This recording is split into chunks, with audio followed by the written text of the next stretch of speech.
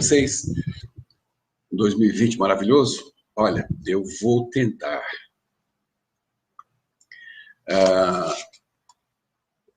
junto com vocês estudar a lição, ok? Porque eu sei que tem muita gente que não estuda. Eu não sou estudioso de lição também, não. Então, eu estou procurando, né, chegar junto. Tem muita gente que não compra a lição. Então, eu vou dar uma dica. Compre. Deixa ela do seu lado.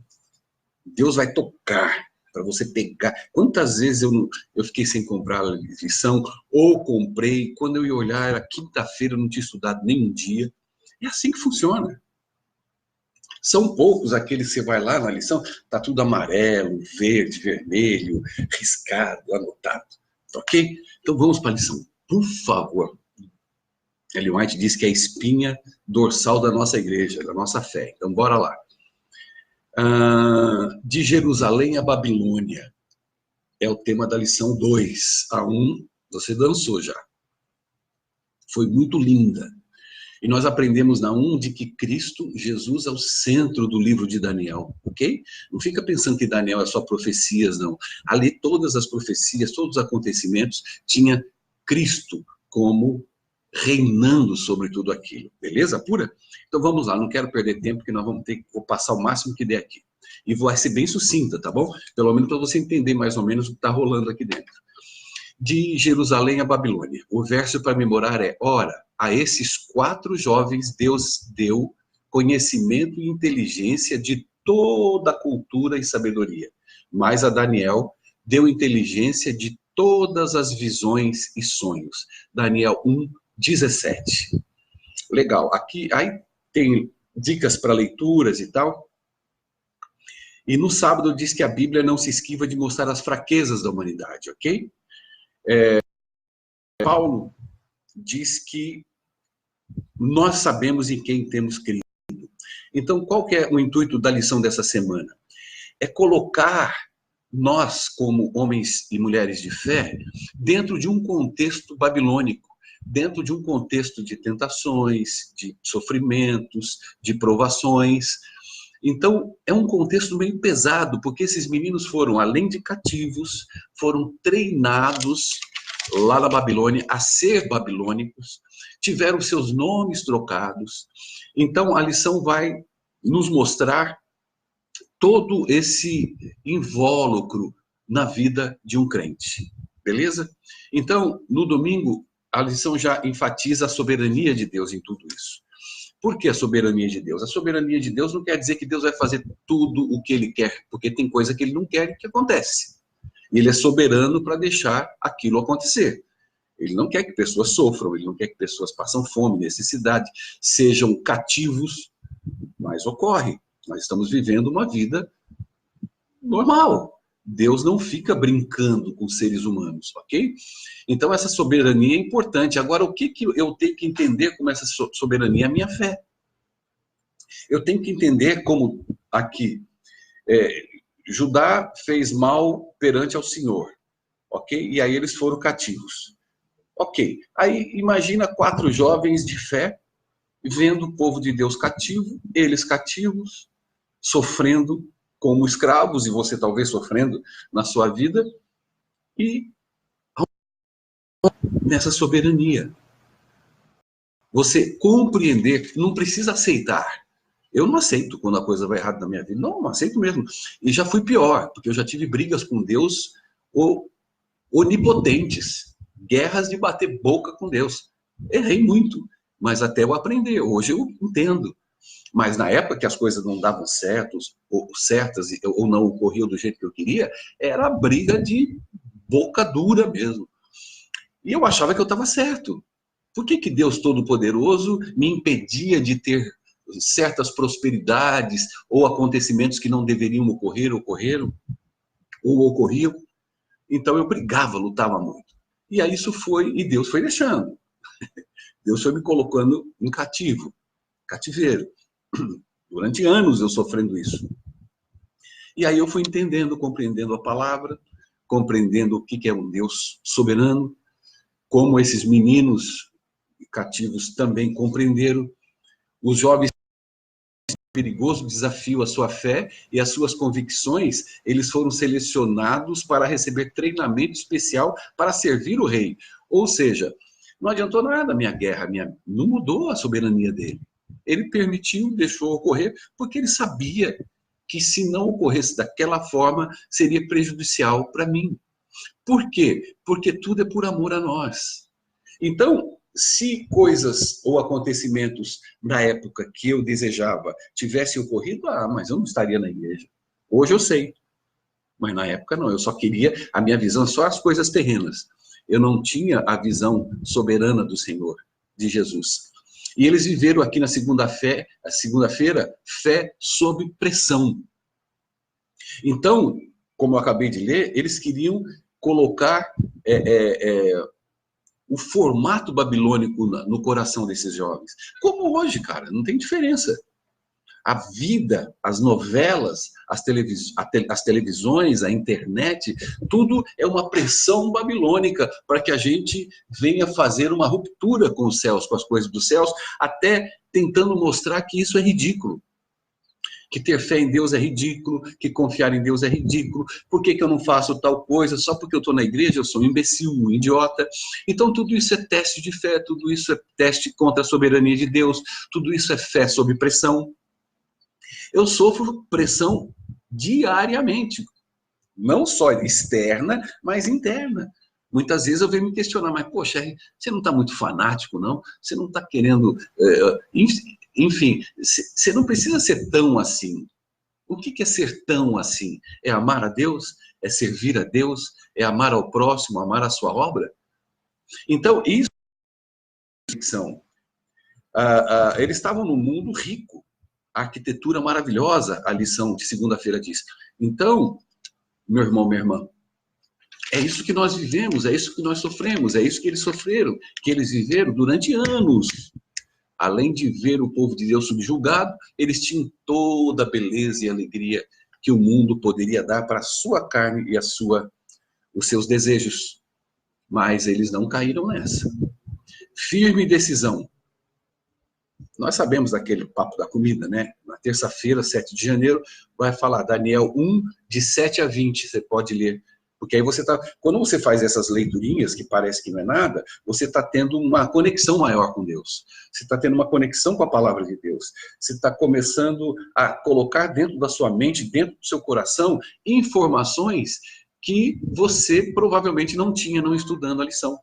Então isso é muito importante para a nossa vida espiritual. E mesmo que você saiba do assunto e do tema. Então aqui foi a parte da comida. Aquela comida que eles não quiseram comer, existiam algumas colocações, por exemplo, o rei a Babilônia oferecia aos ídolos, aos deuses deles, não é? Colocava lá em oferta, e comidas imundas que Deus, aonde está aqui Levítico 11, Deus separa que deve ou não comer. Aí alguns dizem que Jesus veio e aboliu tudo. Não dá para Jesus abolir algo que é imundo. Se é imundo, porque faz mal para você. Não é imundo porque Deus acha que é imundo. Carne de porco é imundo? É. Carne de barata, carne de rato é imundo? É. Então por que você não come barata? Por que não come urubu? Porque camarão é imundo, por isso que faz mal, é tóxico. Então existem coisas que Deus já alertou. Jesus disse para Pedro, de tudo que você vê aí, cara, no lençol, o que eu abençoei, ok? Não se torna imundo, mas ele não está falando de comida, ele está falando de seres humanos, ele está falando de fé, ele está falando de que os judeus, na visão dele, não podiam ou odiavam os publicanos, as pessoas que não seguiam a religião judaica. Então Deus falou, agora, depois de Jesus, é geral, meu amigo. Vocês acham que todos os seres humanos são imundos se não forem judeus? Então fique atento. Agora Deus abençoou geral. Então, a conversa nesse sentido é relacionado ou relativo à fé e à religião, tá bom? Então, quase 10 minutos já, hein? Quarta-feira, imaculado e sábio. Daniel e seus companheiros foram escolhidos para o serviço geral porque se encaixavam no perfil estabelecido por Nabucodonosor. De acordo com o rei, os oficiais do palácio deviam ser sem nenhum defeito, de boa aparência, Curiosamente, os sacrifícios e as pessoas que serviam no santuário não deviam ter defeito. No santuário de Deus. Levítico 21, 16 a 24. Olha que paralelo como a Babilônia sempre imita as coisas de Deus, né? Então, olha o que diz aqui na lição de quarta-feira, de 8 de janeiro. Assim como Deus honrou a fé dos seus servos na corte de Babilônia, ele nos dará sabedoria ao enfrentarmos os desafios do mundo.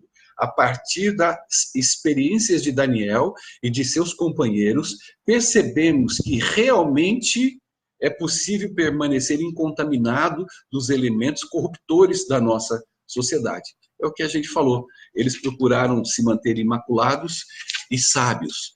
Então Deus nos dá esse poder. Deus nos coloca sobre essa perspectiva. Ele dá a sabedoria da onde você... Porque quando você se coloca na sabedoria de Deus, você tem o coração puro perante Deus. Cara, nada te desvia. Nada te satisfaz tanto.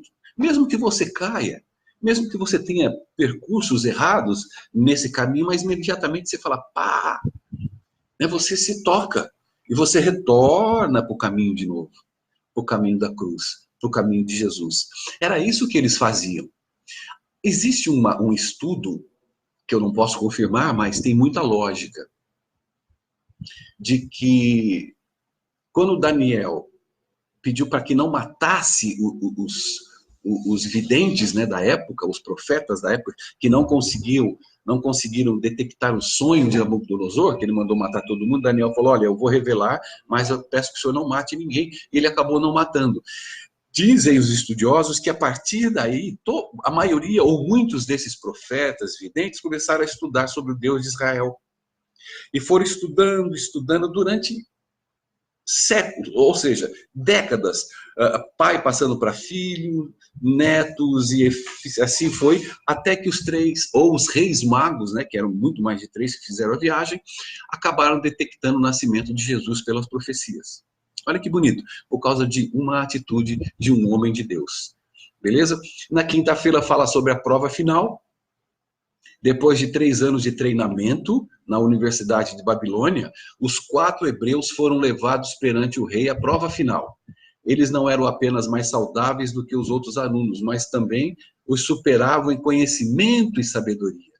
Os 4 foram imediatamente contratados para servir o rei. Não devemos nos esquecer de que esse conhecimento e sabedoria, evidentemente, inclui muito paganismo. No entanto, eles aprenderam mesmo assim, e aprenderam muito bem, ainda que não acreditassem nessas coisas. Ou seja, eles entendiam, eles compreendiam a vida dos babilônicos, os desejos, os formatos, mas não se contaminavam. Mas eles tinham a sabedoria da filosofia. Eu estudo filosofia, não porque a filosofia vai me ensinar a ser mais cristão ou não, mas a filosofia vai me ensinar a entender um pouco a cabeça das pessoas, a cultura das pessoas, como as pessoas vivem, pensam, para que eu, como um cristão, possa saber e poder também ter material didático para poder dissertar quando eu encontrar filósofos, psicanalistas, psicólogos, pessoas de outra hierarquia no conhecimento e no estudo, entendeu? Era assim que eles viviam. E vocês sabem da história, eles acabaram não comendo, eles sofreram retaliações, mas Deus estava com eles. E eu quero... Sexta-feira é um estudo adicional. Daniel e seus companheiros em Babilônia foram aparentemente mais favorecidos pelas circunstâncias em sua juventude do que José, nos primeiros anos de vida no Egito. José sofreu pancada, né? José. Esses aí parece que tiveram um pouco mais de complacência nas suas vidas. Enfim, aqui está a liçãozinha.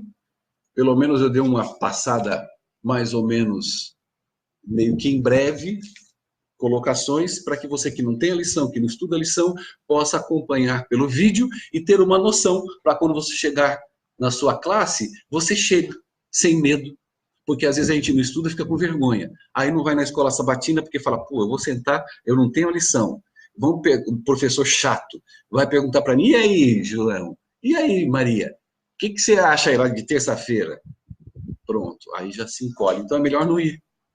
Então agora você vai ter já uma noção do que é, pode rever o vídeo, fazer algumas anotaçõezinhas, que vai ser bom para a tua vida espiritual, para o teu conhecimento, e você pode participar da escola sabatina, porque além de ser muito bom, você acorda mais cedo, porque vai estar na casa do Senhor, estará louvando ao Senhor, dissertando alguns conhecimentos e opiniões, e os anjos já estão ali, já participando desde as 9 horas da manhã.